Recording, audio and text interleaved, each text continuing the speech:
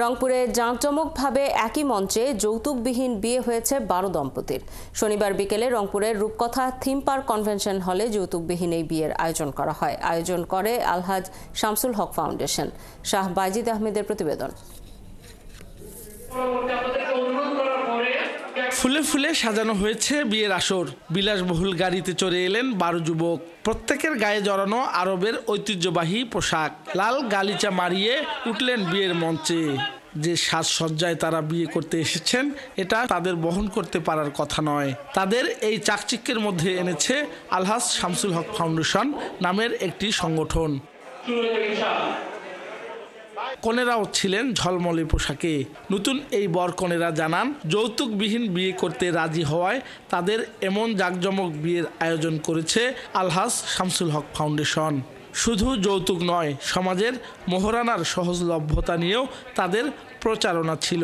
শামসুল হক foundation যে আয়োজন করেছেন তাদেরকে সাধুবাদ জানাই। তারা যেন আরও বিভিন্নভাবে এইরকম আয়োজন করতে পারে। যারা আমাদের অতিথি আছে তাদের খাওয়া দাওয়ার আয়োজন থেকে শুরু করে হচ্ছে বিয়ের জন্য যা যা ম্যানেজমেন্ট লাগে সব কিছুই ফাউন্ডেশনই বহন করতেছে।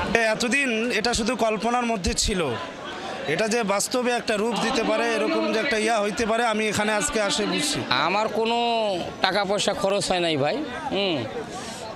আর মেয়েকে বিয়ে দিলাম ওখানে রসুলপুর। বর কনে পক্ষ বিনা খরচে এই যে আয়োজন, এটি আসলে আমাদের সমাজে একটা আঙ্গুল দিয়ে দেখিয়ে দেওয়ার মতো। নবদম্পতির নতুন সংসারে যা যা দরকার তার সবই উপহার হিসাবে দিয়েছে আয়োজক প্রতিষ্ঠান। রয়েছে তাদের হানিমুনের ব্যবস্থাও। আমাদের অনেকগুলো প্রকল্প রয়েছে, মানবিক প্রকল্প। এর মধ্যে অন্যতম একটা প্রকল্প হচ্ছে বিয়ে আপনার খরচ আমাদের, যেটা মূল স্লোগান হচ্ছে আমরা যৌতুককে না বলে আমরা বলছি না, যৌতুককে না বলি এটা আমরা অনেকদিন বলেছি। এবার আমরা স্লোগান নিয়েছি যৌতুককে ঘৃণা করি, সহজলভ্য মোহরানা আদায় করি। বিয়ে আপনার খরচ আমাদের ক্যাম্পেইনে এ বিয়ের আয়োজনে ছিল বর কনে পক্ষের পরিবারের সদস্য ও আত্মীয় স্বজনরা। সংস্থার পক্ষ থেকে তাদের যাতায়াতের ব্যবস্থাও করা হয়। নারী নির্যাতনের মূল কারণ বলা যায় যৌতুক।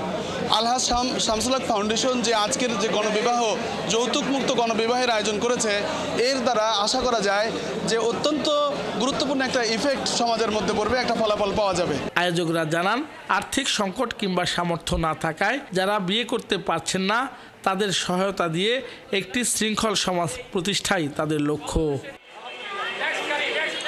শাহ বাইজিদ আহমেদ, ৭১, রংপুর।